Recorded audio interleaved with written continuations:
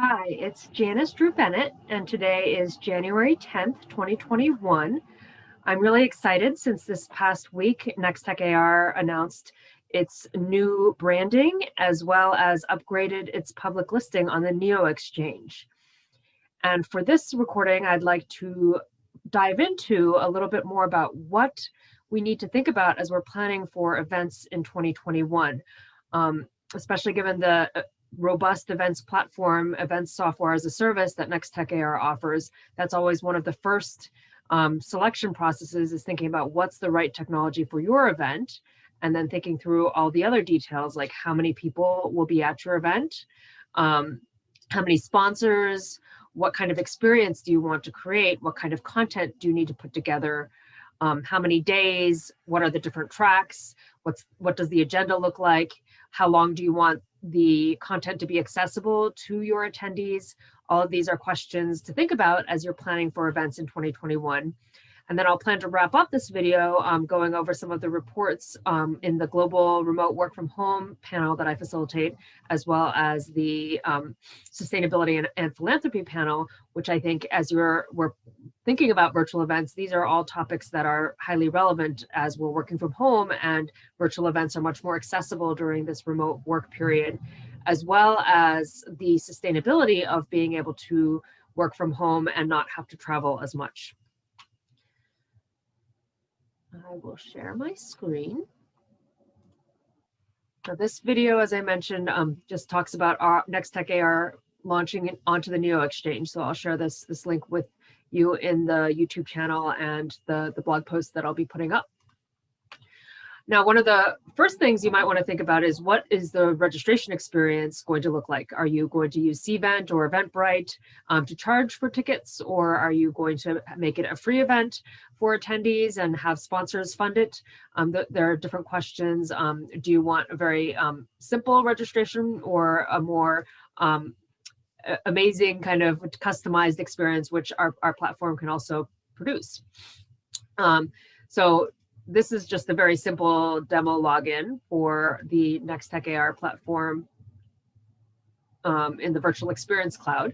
And this can be fully customizable as a lobby experience as well. So thinking about what elements do you want? It doesn't have to be called a lobby.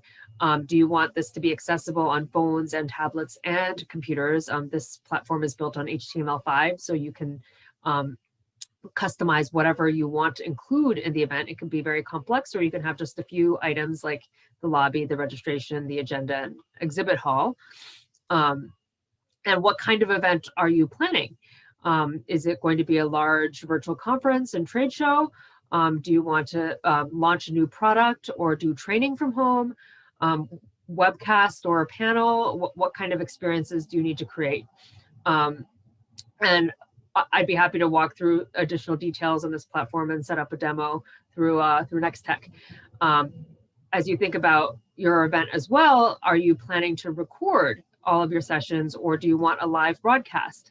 And often with some platforms, you might see the system break after a few hundred attendees because of the webcasting software is not necessarily fully capable of broadcasting. So this platform has had 650,000 people on it for a car launch event, and can really handle, our broadcasting team can handle live or simulcast or recordings and manage it all together, including polling and interactive features. So do you want to track responses during the event and showcase that? And what other experiences do you want to have a leaderboard? And do gamification within the event. This is another one of our demo accounts that I can share with you. I think the live streaming is really something that, when you want it to look like a newscast, you want to have the capability of being able to create a more custom look for your broadcasts. This is a quick look at one of the events that we hosted last year, and a demo of how you could customize your schedule, have chat features within a platform, incorporate augmented reality. Pulling up the broadcast example.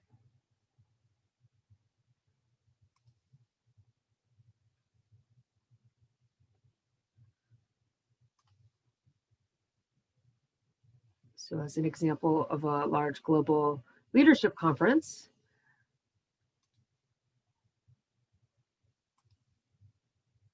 you can create that poll experience within an event and showcase what the results are, and have multiple people speaking with each other throughout the event. This particular example has nice drop shadows, so you can see that it looks a lot more professional than just a webinar. And if you want to create an exhibit hall, the question might be, how many exhibitors will you have? What kind of experiences do you want to allow your sponsors to have? Do you want to have a web page experience where when you click on the booth, you see a full web experience, or we also offer two-dimensional branded experiences that look like a booth where you can select multiple functions. So how much features does a sponsor want when they're participating in your event, and what can you do within different platforms to offer that engaging experience of allowing for live meetings or sharing resources or being able to chat during that event. And there's also augmented reality experiences that we embed into our platform that, again, I'd be happy to share in a longer demo, but this is just a quick thinking through what you need to consider as you're planning your event. What do you want it to look like? What do you want the login experience to be? How much content do you want to show when you're logged in? And being able to really customize that experience for your attendees and for your sponsors. All of that is something that within our platform we can fully customize and fully really strategize and assess. So designing, delivering, developing, all of that is something that our company can do.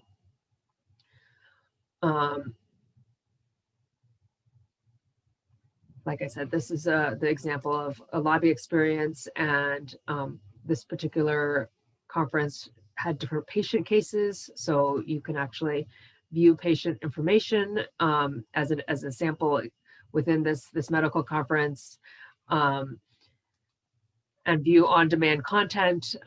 This, when it was live, you would see a countdown for the live main stage, but right now it's not a live event, so you can view the past content. So do you want all that content to be recorded and accessible after the event? Again, if you have questions about your virtual events in 2021 and beyond, I'd be happy to share with you our capabilities. And now I'm going to jump into, I mentioned being able to share with you some of the reporting. So I am actually going to change my background to just the normal, my green screen. And as we think about working from home, there is a lot of challenges that we're facing in this global work from home experience. And this was our last report. I'm going to share my screen again.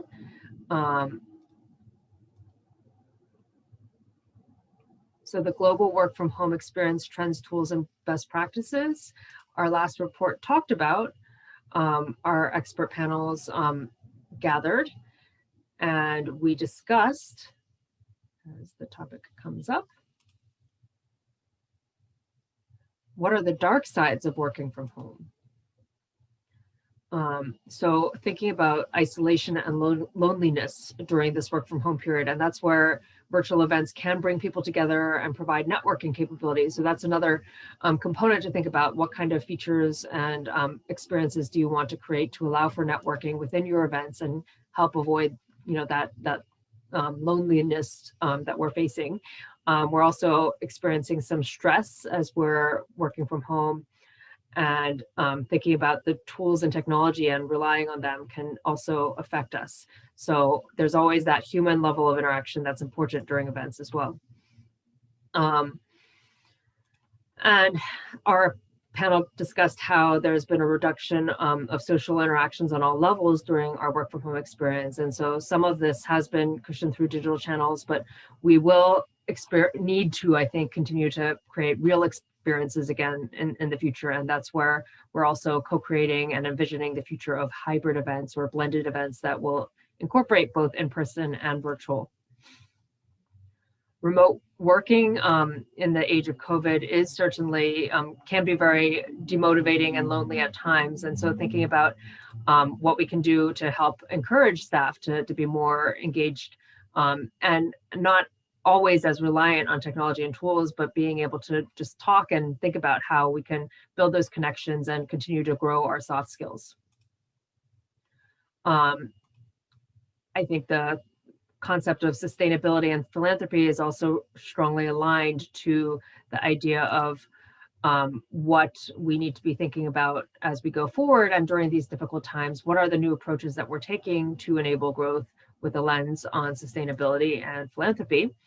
And so some of the panelists talked about how customers need to understand how their customers define sustainability and how we can add value based on our customers' perspectives around sustainability and philanthropy.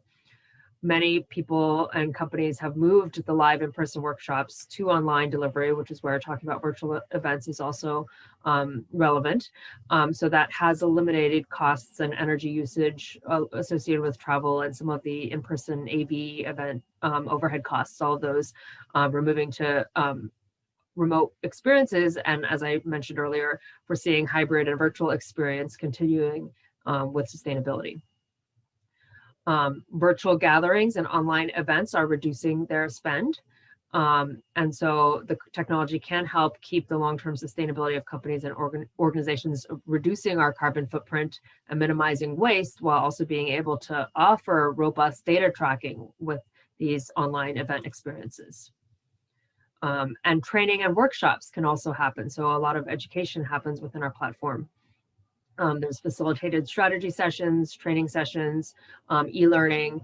Ryerson University uses the platform to deliver first and second year lab courses. So for example, if you want to drop a microscope in your room, you can use an AR experience to walk around that microscope and look up close and put a slide in it and see what's in the slide. So there's more engaging and immersive ways of learning these days. And thinking first or also about what sustainability means to your clients, that's very important because it doesn't always have to do with energy reduction.